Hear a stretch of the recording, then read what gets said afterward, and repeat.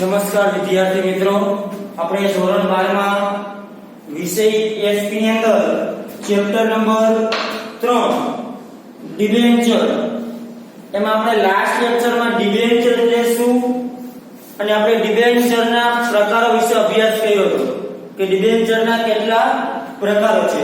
ત્યાર પછીનો ક્વેશ્ચન છે ડિબેન્ચર બહાર પાડવાની વિધિ. તો કે આપણે પહેલા ચેપ્ટરમાં શેર બહાર પાડવાની આપણે વિધિ જોઈ હતી કે શેર બહાર પાડવામાં આવે છે તો કઈ રીતની પ્રોસેસ કરવામાં આવે છે. હવે છે ડિબેન્ચર બહાર પાડવાની વિધિ. તો કે જ્યારે કંપની તો કે ઉછીની મૂડી, ડિબેન્ચર પ્રકારની ઉછીની મૂડી છે, તો કે જ્યારે કંપની ડિબેન્ચર દ્વારા મૂડી મેળવે છે તો ડિબેન્ચર કઈ રીતે બહાર પાડવામાં આવે છે એના વિશે આપણે અભ્યાસ કરવાનો છે. તો કે ભારતીય જે કંપની ધારાજી છે એમાં ડિબેન્ચર બહાર પાડવા માટેની તો કે ખાસ જોગવાઈ કરવામાં આવેલી છે. તો કે જે કંપની ધારો પેલા 1956 નો કંપની ધારો હતો, અત્યારે 2013 ના જે કંપની ધારો છે તો કે ભારતીય કંપની ધારાની અંદર તો કે ડિબેન્ચર બહાર પાડવા માટેની તો કે જોગવાઈ કરવામાં આવેલી છે. જ્યારે કંપની ડિબેન્ચર બહાર પાડે ત્યારે તમામ જોગવાઈનું પાલન કરવું અનિવાર્ય છે. જો આ જોગવાઈનું પાલન કરવામાં કોઈ પણ ભૂલ થાય તો કંપની જે તે અધિકારી દંડ સજાને પાત્ર ગણાય છે. તો કે કંપની જ્યારે ડિબેન્ચર બહાર પાડે છે ત્યારે તો કે આ જે તમામ જોગવાઈ જે છે એ તમામ જોગવાઈનું તો કે પાલન કરવું પડે છે. જો કંપની આ જોગવાઈનું પાલન નહીં કરે એટલે કે કોઈ પણ જોગવાઈનો ભંગ કરશે તો જે તે અધિકારી તો કે દંડને પાત્ર થાય છે અથવા તો સજા પણ થઈ શકે છે. ડિબેન્ચર ધારકનું હિત ક્યાંય પણ જોગવાઈ નહીં તે રીતે ધ્યાન રાખીને કામગીરી કરવી અનિવાર્ય છે. તો કે જે ડિબેન્ચર ધારકો જે છે જેને ડિબેન્ચર ખરીદી કરવા છે એ લોકોનું હિત જોગવાઈ નહીં તે રીતે કંપનીએ કાર્ય કરવાનું હોય છે. તો કે ડિબેન્ચર બહાર પાડવાની વિધિ તો કે 10 તબક્કામાં છે. તો કે પહેલો તબક્કો છે સૌપ્રથમ તો કે ડિરેક્ટર મંડળની સભામાં ઠરાવ, ડિરેક્ટર એટલે સંચાલક. તો કે સૌપ્રથમ તો કે કંપનીના નિયમન પત્રમાં ડિબેન્ચર અંગેની જોગવાઈનો અભ્યાસ કરવામાં આવે છે. ત્યારબાદ તો કે કંપની સંચાલક મંડળની સભામાં ડિબેન્ચર બહાર પાડવા માટે ઠરાવ પસાર કરે છે. તો કે સૌપ્રથમ તો કે કંપની જે છે એ ડિબેન્ચર બહાર પાડવા અંગેની જોગવાઈની તપાસ કરે છે નિયમન પત્રમાં. તો કે સૌપ્રથમ તમારું જે નિયમન પત્ર હોય કંપનીનું તો કે કંપની આવેદન પત્ર અને નિયમન પત્ર બે તૈયાર કરતી હોય છે. એમાં નિયમન પત્રમાં ડિબેન્ચર બહાર પાડવા અંગેની પહેલા તો જોગવાઈ હોવી જોઈએ, એનો અભ્યાસ કરવામાં છે. જો નિયમન પત્રમાં જોગવાઈ હોય તો ત્યારબાદ તો કે સંચાલક મંડળની સભામાં ડિબેન્ચર બહાર પાડવા માટે ઠરાવ પસાર કરશે. પહેલા સંચાલકો એની સભામાં ઠરાવ પસાર કરશે કે ડિબેન્ચર જે બહાર પાડવા છે ટૂંકમાં એના માટેની વાત રજૂઆત કરવામાં આવે છે. પછી સંચાલકો એને મંજૂરી આપે છે. તો કે આ જે ઠરાવ પસાર કરવામાં આવે છે જેમાં તો કે ઠરાવમાં ડિબેન્ચરની સંખ્યા, કિંમત, કુલ રકમ,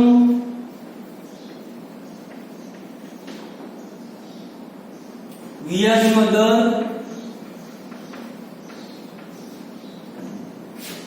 ચુકવણી, શરતો આ વગેરે બાબતો અંગે સંચાલકો નિર્ણય લેતા હોય છે. તો કે આ જે ઠરાવ પસાર કરશે એમાં સંચાલકો તો કે કઈ બાબતના નિર્ણય લેશે તો કે કેટલા ડિબેન્ચરની સંખ્યા, કેટલા ડિબેન્ચર બહાર પાડવા માંગે છે, ડિબેન્ચર દીઠ કિંમત કે ભાઈ એક ડિબેન્ચરની કેટલી કિંમત રાખવા માંગે છે, કુલ રકમ કેટલી થાય છે, ત્યાર પછી ડિબેન્ચર પર વ્યાજનો દર કેટલો છે.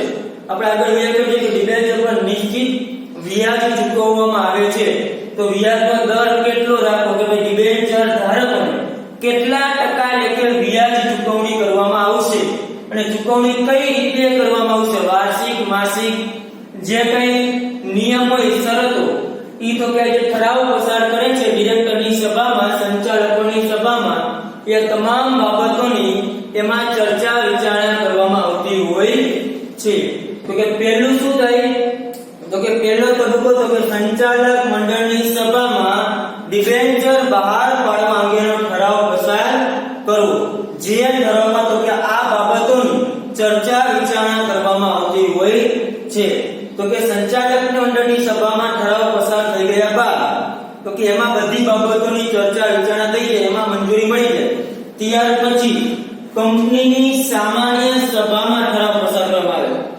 તો કે કંપની ડિબેન્ચર બહાર પાડી જે નાણાકીય ભંડોળ એકત્ર કરવા માંગે છે તેના કારણે ઉછીનું મૂડીનું પ્રમાણ મુક્ત અનામત ભંડોળ કરતાં વધી જતું હોય અથવા સત્તા મર્યાદાથી વધારે તમે ડિબેન્ચર બહાર પાડવાના હોય ત્યારે કંપનીની સામાન્ય સભા બોલાવી સભ્યોની સંમતિનો ઠરાવ પસાર કરવામાં આવે છે.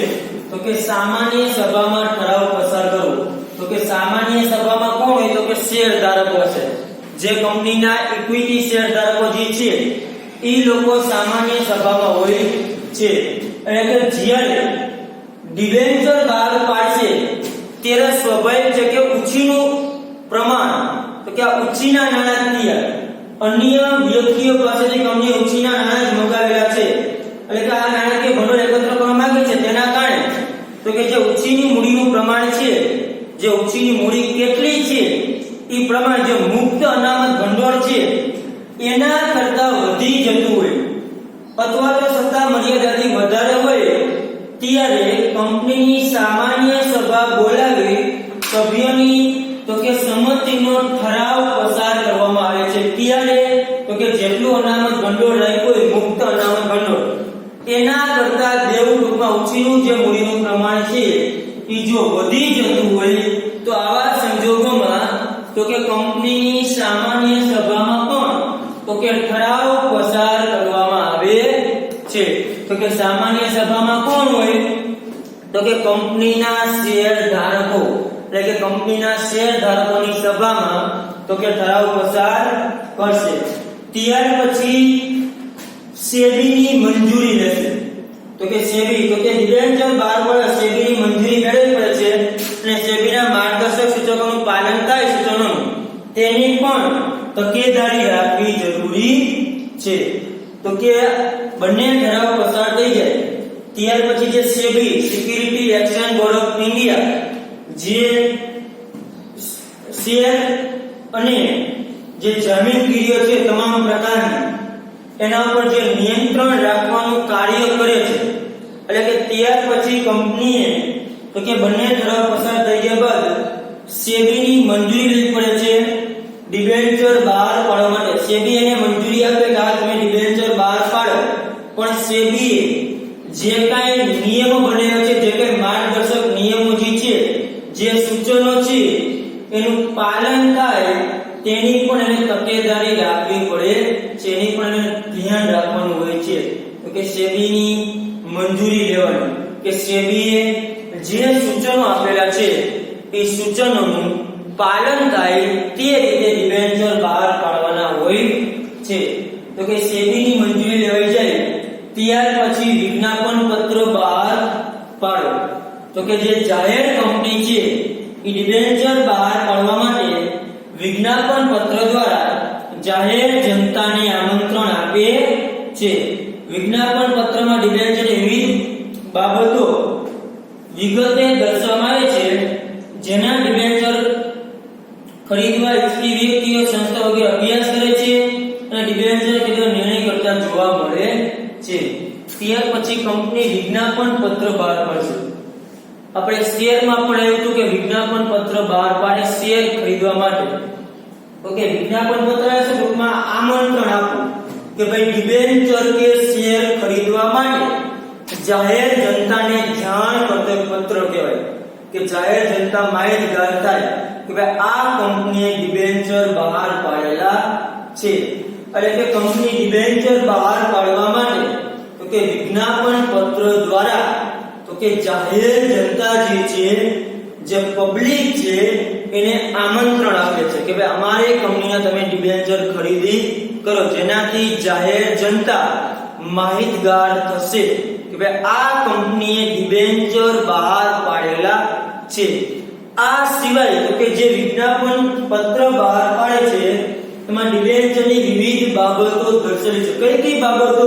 તો કે આવી બધી તમામ બાબતો દર્શાવેલી કે ડિબેન્ચરની કિંમત કેટલી છે, કયા પ્રકારના ડિબેન્ચર બહાર પાડ્યા છે, કેટલા ટકા રીતે કંપની વ્યાજ આપશે, કઈ રીતે વ્યાજની ચૂકવણી કરશે, આવી બાબતો એ વિજ્ઞાપન પત્રમાં દર્શાવેલી છે, જેથી જાહેર જનતા એ તમામ બાબતોનો અભ્યાસ કરશે. ભાઈ કંપની વ્યાજનો દર કેટલો આપશે, કયા કયા પ્રકારના ડિબેન્ચર બહાર પાડે છે, ડિબેન્ચર કઈ રીતે બહાર પાડે છે, એનો અભ્યાસ કરીને તો કે જે ડિબેન્ચર ખરીદવા ઈચ્છતી વ્યક્તિ હોય એનો અભ્યાસ કરશે અને ત્યારબાદ તે ડિબેન્ચર ખરીદવા માટે જેને કે અરજી કરવાની, જેને કે અરજી કરતી હોય છે. એટલે કે ડિબેન્ચર ખરીદી કરવા જેને કે નિર્ણય કરતા હોય કે ભાઈ આપણે વિચાર કરીએ કે આપણે આ કંપનીના ડિબેન્ચર ખરીદી એટલે કે વિજ્ઞાપન પત્ર બહાર પાડો. ત્યાર પછી ડિબેન્ચર ટ્રસ્ટીઓની નિમણૂક. તો કે ડિબેન્ચર ધારકોના હિતનું રક્ષણ કરવા માટે ટ્રસ્ટ ધારની જોગવાઈ પ્રમાણે ટ્રસ્ટ ડીડ કરાર પત્ર તૈયાર કરવામાં છે અને કંપનીમાં ડિબેન્ચર ટ્રસ્ટીઓની નિમણૂક કરવામાં છે. ટ્રસ્ટ બનાવવામાં છે ડિબેન્ચર માટે, એના માટે ટ્રસ્ટ ડીડ તૈયાર કરવામાં છે, જે આગળ આવશે ડિબેન્ચર ટ્રસ્ટ ડીડ, જેમાં કઈ કઈ બાબતો દર્શાવવામાં આવે છે ડિબેન્ચર ટ્રસ્ટ ડીડમાં એનો પણ આપણે અભ્યાસ કરશું આગળ. તો કે ડિબેન્ચરના હિતનું રક્ષણ થાય. તો કે ડિબેન્ચર ધારકે જે ડિબેન્ચર ખરીદી કરેલા છે એના નાણાં ખોટી જગ્યાએ વપરાઈને એના હિતોનું રક્ષણ થાય એના માટે ડિબેન્ચર ટ્રસ્ટીઓની નિમણૂક કરવામાં છે, એટલે કે મંડળ તૈયાર કરવામાં આવે છે, જેને ડિબેન્ચર ટ્રસ્ટી કે 4-5 વ્યક્તિઓ ભેગા થાય. તો કે ડિબેન્ચર ટ્રસ્ટી જે નિમણૂક કરે છે એ લોકો શું કરશે? તો કે ડિબેન્ચર ધારકના હિતનું રક્ષણ થાય એ જોવાની એની કામગીરી હોય છે.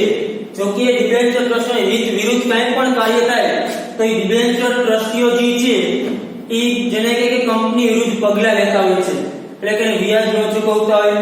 જ્યારે ડિબેન્ચર બહાર પડે અમુક મિલકતો ગીરવે મૂકેલી હોય તો જે મિલકત ગીરવે મૂકેલી છે એ મિલકત કંપની વેચી ન નાખે એ જોવાની કામગીરી પણ ડિબેન્ચર ટ્રસ્ટીઓની છે. તો કે ડિબેન્ચર ટ્રસ્ટીઓ આ બાબતો ઉપર ધ્યાન રાખશે કે ભાઈ કઈ રીતે ડિબેન્ચર બહાર પડે, ડિબેન્ચર ધારકોના હિતનું રક્ષણ થાય, એના હિત વિરુદ્ધ કઈ કાર્ય ન થાય એટલા માટે તો કે ડિબેન્ચર ટ્રસ્ટીઓની તો કે નિમણૂક કરવામાં આવે છે. આ ડિબેન્ચર ટ્રસ્ટીનું કાર્ય શું છે? તો કે ડિબેન્ચર ધારકના હિતનું રક્ષણ કરવાનું. ત્યાર પછી છે બાંહેધરી દલાલો સાથે કરાર. તો કે કંપનીના સંચાલકો ડિબેન્ચરના ભરણા સંદર્ભે બાંહેધરી દલાલો સંસ્થા સાથે કરાર કરવા માંગતા હોય છે તો તે આ તબક્કે કરવામાં છે અને બંને પક્ષે શરતો નક્કી થાય છે કે ભાઈ દલાલો સાથે કરાર કરે ડિબેન્ચરના ભરણા સંદર્ભે. પણ જેમ શેરમાં આપણે જોયું કે શેર બજારમાં પણ દલાલો રાખવામાં આવે, શેરમાં પણ તો કે કંપની દલાલ રાખે કે અમારું 90% ભરણું ન ભરે તો બાકીના શેર તમારે ખરીદી કરી લેવી. એ દલાલો સાથે અમુક શરતો નક્કી કરી ભાઈ કેટલું એને કમિશન આપશે, શું કાંઈ, એ દલાલો સાથે એને ચર્ચા વિચારણા કંપનીએ કરેલી. જેવી રીતે શેરમાં બાંહેધરી દલાલો રાખવામાં આવે છે તેવી જ રીતે ડિબેન્ચરમાં પણ તો કે ભરણું ભરાય એ માટે એના સંદર્ભે તો કે બાંહેધરી દલાલો સાથે કરાર કરવામાં આવે છે. તો કે જો ભરણું ન ભરે ડિબેન્ચરમાં પણ એવું કે ડિબેન્ચર બહાર પાડો એમાં પણ ડિબેન્ચરનું પણ ભરણું ભરાઈ જવું જોઈએ એના નિયમ મુજબ. જેટલું ભરણું ન ભરાય તો ડિબેન્ચર રદ કરવા પડશે. એના માટે કંપની બાંહેધરી દલાલો સાથે કરાર કરે, શરતો નક્કી કરે કે અમારા ડિબેન્ચર ન વેચાય તો તમારી ડિબેન્ચર લઈ લેવા. એને જેને કે કંપની વ્યાજ તો આપવું જ પડે, પ્લસમાં કંપની જે કાંઈ નક્કી કર્યું હોય એની સાથે શરત મુજબ જે કાંઈ વ્યાજનો દર એ કંપનીએ એને એટલી વ્યાજની ચૂકવણી પણ કરવી પડતી હોય છે. એટલે કે બાંહેધરી દલાલો સાથે તો કે કરાર કરવામાં હોય છે, તો કે કરાર જે કહે છે આ તબક્કે જ કરવામાં આવતો હોય. જે ડિબેન્ચર બહારમાં જે વિધિ કમ્પ્લીટ થતી હોય ત્યારે આવા દલાલો સાથે કંપની જેને કહેવાય કે કરાર કરતી હોય અને કરારના આધારે તો કે દલાલો જે છે એ ડિબેન્ચરની જે શરતો હોય એ શરતો મુજબ જેની સાથે કરાર કર્યો હોય એ મુજબ એ લોકો ડિબેન્ચરની ખરીદી કરી લેતા હોય છે. ત્યાર પછી શિડ્યુલ્ડ બેંકમાં ખાતું ખોલાવ, જે આપણે શેરમાં પણ જોયું તો કે ડિબેન્ચરની અરજીને નાણાં ચૂકવવા માટે શિડ્યુલ્ડ બેંકમાં ખાતું ખોલાવવું પડે છે. જે રીતે શેરની અરજી કરે ત્યારે અરજી સમયે જે નાણાં મળે કે અરજી વખતે આટલા રૂપિયા તમારે આપવાના, તમે જ્યારે અરજી કરો ત્યારે અમુક રકમ અરજી વખતે ઓર્ડર વખતે આપો. નકર અમુક ડિબેન્ચર ધારા કેવું કે ભાઈ એને ઓર્ડર આપી રૂપિયા આપવા ન હોય તો પછી વ્યાજ ન થાય તો કેન્સલ કરી નાખે. જેવી રીતે શેરમાં અરજી વખતે રૂપિયા આપવાના થાય એ રીતે ડિબેન્ચરમાં પણ અરજી વખતે રૂપિયા આપવાના થાય. ડિબેન્ચર પણ અલગ અલગ તબક્કામાં જ બહાર પડે છે. હપ્તા એમાં પણ મોંઘા મળતા હોય કે 10 રૂપિયાનો ડિબેન્ચર હોય તો આના પણ હપ્તામાં કે ભાઈ 2 રૂપિયા અરજી સમય, 3 રૂપિયા મંજૂરી સમય, 2 રૂપિયા તો કે પ્રથમ હપ્તા વખતે, 3 રૂપિયા તો કે આખરી હપ્તા વખતે. તો કોઈ પણ 1000 ડિબેન્ચરનો ઓર્ડર આપે 1000 તો ને 2 રૂપિયા કે 2000 રૂપિયા અરજી વખતે જે રૂપિયા મોકલે છે ડિબેન્ચર ધારે કે 2000 રૂપિયા આપવા પડે છે. આ 2000 રૂપિયાના શિડ્યુલ બેંકમાં જે ખાતું ખોલાવેલું છે કંપનીએ એ નાણાં સ્વીકારવા માટેના શિડ્યુલ બેંકમાં ખાતું ખોલાવવું પડે છે. એટલે કે ડિબેન્ચર પણ હપ્તા દ્વારા જુદા જુદા હપ્તા દ્વારા નાણાં મંગાવે છે, એમાં પણ ટુકડે ટુકડે નાણાં મંગાવે છે. પછી એકી સાથે પણ મંગાવી શકે કંપની, પણ જે અરજી કરે મારે ડિબેન્ચરની ખરીદી કરી તો અરજી કરું કે મારે આટલા ડિબેન્ચરની ખરીદી કરવી છે તો કંપની અરજી વખતે નક્કી કે 2 રૂપિયા આપવાના, તો હું જેટલા ડિબેન્ચર ખરીદી કરું તો મને 1000 ડિબેન્ચરની ખરીદી કરી છે તો મારે 1000 ગુણ્યા 2000 રૂપિયા કંપનીને અરજી વખતે મારે આપવા પડે છે. પછી મારે પાછળ હપ્તા ન ભરું તો કંપની ડિબેન્ચર જપ્ત કરી દે. બીજું કે ઘણી વખત એવું બને જપ્તરને કે ન ભરે તે જપ્ત તો ન કરી એટલા રૂપિયા કંપની રદ કરી નાખે. આ સિવાય તો કે પછી જે મંજૂરી તમારી ડિબેન્ચર તમે જેટલા ડિબેન્ચર અરજી કરી છે એટલા ડિબેન્ચર તમને કંપની આપવા માંગતી હોય તો મંજૂરીનો પણ હપ્તો મંગાવતી હોય છે. ત્યાર પછી શેર બજારમાં નોંધણી, તો કે જો વિજ્ઞાપન પત્રમાં દર્શાવાયેલ તો કંપની સંચાલકોએ ડિબેન્ચરના ખરીદદાર માટે શેર બજારમાં અરજી કરશે, પરંતુ જો શેર બજાર અરજી કોઈ કારણસર રદ કે ના મંજૂર કરે તો કંપનીએ ડિબેન્ચરના નાણાં પરત કરવા પડે છે. તમારે શેર બજારમાં ડિબેન્ચરની નોંધણી કરાવવી પડે છે. તો કે કંપનીએ જે વિજ્ઞાપન પત્ર બહાર પાડ્યું છે, વિજ્ઞાપન પત્રમાં જે બાબત દર્શાવેલી હોય એ મુજબ તો કે કંપની સંચાલકો ડિબેન્ચરના ખરીદ વેચાણ માટે તો કે શેર બજારમાં અરજી કરશે, નોંધણી કરાવવી પડે. તો કે આપણે શેરમાં જેમ ખરીદ વેચાણ માટે નોંધણી કરે એટલે તમારું શેરનું ખરીદ વેચાણ શેર બજારમાં થઈ શકે તેમ ડિબેન્ચરની પણ શેર બજારમાં નોંધણી કરવી પડે છે. પણ જો કોઈ પણ કારણસર અરજી જો રદ કરવામાં આવે કે ભાઈ તમારી નોંધણી રદ કરવામાં તમે અમુક જોગવાઈ કે નિયમોનો ભંગ કર્યો, પાલન કરેલ ન હોય તો આવા સંજોગોમાં તો કે તમારી અરજી જો રદ કરવામાં આવે તો તમારે જે ડિબેન્ચરના જે નાણાં મંગાવેલા હોય એ નાણાં તમારે શું કરવા પડે તો કે પરત કરવા પડે છે. જ્યારે તમે શેર બજારમાં નોંધણી કરો છો અને ત્યારે રદ કરવામાં આવે તો જો રદ કરવામાં ન આવે કોઈ પ્રશ્ન છે ને આવા સંજોગોમાં કંપનીએ ડિબેન્ચર ધારકોને નાણાં પરત કરવા પડે છે. ત્યાર પછી ડિબેન્ચર વહેંચણી પત્ર તૈયાર કરવું, તો કે વિજ્ઞાપન પત્રમાં દર્શાવ્યા પ્રમાણે ડિબેન્ચરની ભરણીની યાદી પછી આવેલ ડિબેન્ચર અરજીઓ ના આધારે કંપની સભ્ય ડિબેન્ચર વહેંચણી પત્રક તૈયાર કરે છે અને કંપની ડિરેક્ટરની સભામાં ડિબેન્ચરની ફાળવણીનો નિર્ણય લેવામાં આવે છે. કોને કેટલા ડિબેન્ચર ફાળવવા તે નક્કી થઈ ગયા પછી ડિબેન્ચરના પ્રમાણપત્ર મોકલવાની કાર્યવાહી કરવામાં આવે છે. ડિબેન્ચર વહેંચણી પત્રક તૈયાર કરવાનું છે. તો કે કંપનીએ જેટલા ડિબેન્ચર બહાર પાડ્યા છે એના કરતા જો વધારે અરજી આવે તો ડિબેન્ચર વહેંચણીનો પ્રશ્ન ઊભો થાય કે એને કેટલા ડિબેન્ચર આપવા.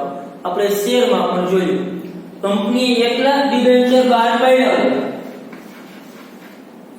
અને 1 લાખની અરજી આવે તો જે ડિબેન્ચર ધારક હોય જેટલા ડિબેન્ચરની અરજી કરી છે એને એટલા ડિબેન્ચર આપી દેવાના હોય છે. વહેંચણી પત્રક મુજબ કે ભાઈ આ ભાઈ 2000 ડિબેન્ચરની અરજી કરી તો કે વહેંચણી કેટલી કરી તો કે 2000 ડિબેન્ચર. પણ જે કંપની જેટલા ડિબેન્ચર બહાર પાડે એના કરતા માન્યતા આવે 1,20,000 ની અરજી તો કે બહાર પાડે ડિબેન્ચર કરતા અરજી વધુ આવે. શું થાય તો કે જેટલા ડિબેન્ચર બહાર પાડ્યા છે એના કરતા જે વધારે ડિબેન્ચરની અરજી આવી હોય તો કેને કેટલા ડિબેન્ચરની વહેંચણી કરી એ માટે કેને કેટલા ડિબેન્ચરમાં ફાળવણી કરી એનું સેક્રેટરી એક વહેંચણી પત્રક તૈયાર કરશે. સંચાલક મંડળની સભામાં ઠરાવ પસાર કરીને એની સમક્ષ નિર્ણય લઈને જે ડિરેક્ટરની સભામાં ડિબેન્ચર ફાળવણીનો નિર્ણય લેશે કે કેને કેટલા ડિબેન્ચર ફાળવણી કરી કે ભાઈ આ જે છેલ્લે આવ્યો એના પર જે નંબર ડિબેન્ચર જે પહેલા આવ્યા એને ડિબેન્ચર ફાળવણી કરો અથવા તો પ્રમાણસર ફાળવણી કરી કે જો ડિબેન્ચરની અરજી વધુ આવેલી હોય તો કેને કેટલા ડિબેન્ચરની ફાળવણી કરવી એ નિર્ણય લે. એ નિર્ણય લઈ ગયા બાદ તો કે ડિબેન્ચર પ્રમાણપત્ર મોકલવાની તો કે ત્યારબાદ કાર્યવાહી હાથ ધરવામાં આવે છે. પણ આ પ્રશ્ન ઉભો ક્યારે થાય તો કે તમે જેટલા ડિબેન્ચર બહાર પાડ્યા હોય એના કરતા અરજી વધુ આવે તો જ. અરજી ઓછી આવે તો એના જેટલી અરજી આવે તો તમારે કોઈ પ્રશ્ન ઉભો થતો કેમ કે તમે જેટલા બહાર પાડેલી અરજી આવે તમારી પાસે જેટલી વસ્તુ છે એટલો જ ઓર્ડર મળે તો તમારે બધું આપી જ દેવાનું છે. પણ તમારી પાસે જેટલી વસ્તુ છે એના કરતા ઓર્ડર વધુ મળે તો તમારે વિચારણા કરવી પડશે કે કેને કઈ રીતે આપવું, કઈ રીતે વહેંચણી કરવી, કેને કઈ રીતે ફાળવણી કરવી. એટલે કે જ્યારે વધુ અરજી આવે ત્યારે આ પ્રશ્ન ઉભો થાય છે. ત્યાર પછી વહેંચણી પત્રક તૈયાર થઈ જાય કેને કેટલા ડિબેન્ચર ફાળવણી કરવા એ તૈયાર થઈ જાય ત્યાર પછી ડિબેન્ચરના પ્રમાણપત્રો તૈયાર કરવામાં આવે છે. જો ડિબેન્ચરના નાણાં હપ્તાથી ચૂકવણી શરત રાખી હોય તો પૂરા નાણાં ચૂકવ્યા પછી અથવા જો ડિબેન્ચરના પૂરા નાણાં ભરપાઈ થયા હોય તો તેમના ડિબેન્ચર પ્રમાણપત્રો કંપની સેક્રેટરી તૈયાર કરે છે અને કંપની ધારા મુજબ નિયત સમય મર્યાદામાં ડિબેન્ચર ધારકને પ્રમાણપત્ર મોકલી આપવામાં આવે છે. તો કે જે કંઈ નાણાં હપ્તાથી જો ચૂકવણી કરી એ મુજબ અથવા તો પૂરા નાણાં એકસાથે ચૂકવવાની જે કંઈ શરત હોય તો કે પૂરેપૂરા નાણાં ચૂકવ્યા પછી તો પૂરેપૂરા નાણાં ભરપાઈ થઈ જાય ત્યાર પછી તો કે સેક્રેટરી તો કે ડિબેન્ચર પ્રમાણપત્ર તૈયાર કરે છે અને આ ડિબેન્ચર પ્રમાણપત્ર જે સમય મર્યાદા હોય કે આટલા સમયમાં તમારે મોકલી આપવાનું છે તો નિયત સમય મર્યાદામાં તો કે સેક્રેટરી ડિબેન્ચર પ્રમાણપત્ર જે છે એ મોકલી આપે છે. જેને ડિબેન્ચર પ્રમાણપત્ર મોકલી આપવામાં આવે છે. એટલે અહીંયા તો કે ડિબેન્ચર બહાર પાડવાની વિધિનો તબક્કો તો કે પૂરો થાય છે. તો કે ડિબેન્ચર બહાર પાડવા આ રીતે તો કે વિધિ પૂરી થાય છે. તો કે ફરી જે કરવા પછી સૌપ્રથમ શું કે સંચાલક મંડળની સભામાં ઠરાવ પસાર કરશે જેમાં ડિબેન્ચરની સંખ્યા, કિંમત, કુલ રકમ, વ્યાજનો દર કેટલો રાખવો, ચૂકવણી કેવી રીતે શરતો એ અંગેનો અભ્યાસ કરવામાં આવે છે. ત્યાર પછી સામાન્ય સભામાં ઠરાવ પસાર કરશે તો કે શેરધારક સભામાં ડિબેન્ચરનો ઠરાવ પસાર કરે. ત્યાર પછી સેબીની મંજૂરી લેવામાં આવે છે તો કે ડિબેન્ચર. ત્યાર પછી વિજ્ઞાપન પત્ર બહાર પાડશે કંપની તો કે જાહેર જનતાને આમંત્રણ આપવા માટે ડિબેન્ચર અંગેનું પણ વિજ્ઞાપન પત્ર બહાર પાડશે જેમાં પણ આ બધી વિગતો દર્શાવવામાં આવેલી હોય છે. ત્યાર પછી ડિબેન્ચર હિતના રક્ષણ માટે ડિબેન્ચર ટ્રસ્ટીઓની નિમણૂક કરવામાં આવે છે. ત્યાર પછી બાંહેધરી દલાલો સાથે કરાર કરવામાં આવે છે. શિડ્યુલ બેંકમાં ખાતું ખોલવામાં આવતું હોય છે ડિબેન્ચર અંગે. ત્યાર પછી ડિબેન્ચરની શેર બજારમાં નોંધણી કરવામાં છે. જો શેર બજાર નોંધણી ન કરે તો ડિબેન્ચરના નાણાં પરત કરવા પડે છે. ત્યાર પછી ડિબેન્ચર વહેંચણી પત્ર તૈયાર કરવામાં છે કેને કેટલા ડિબેન્ચર ફાળવણી કરવી એ અંગેની તો કે પત્રક તૈયાર કરવામાં છે. લાસ્ટમાં ડિબેન્ચરના પ્રમાણપત્રો તૈયાર કરવામાં આવે છે. તો કે આ ડિબેન્ચર બહાર પાડવાની વિધિ છે કે 10 તબક્કામાં ડિબેન્ચર બહાર પાડવામાં આવતા હોય છે. બરાબર છે. તો કે જે કંપનીની જોગવાઈનું પાલન કરી અને 10 તબક્કામાં ડિબેન્ચર બહાર પાડવામાં આવતા હોય છે. 10 તબક્કા પૂરા થાય એટલે ડિબેન્ચર બહાર પાડવાની વિધિ પૂરી થાય અને ડિબેન્ચરની જેને કે વેચાણ થઈ જતું હોય છે. ચાલો થેન્ક યુ.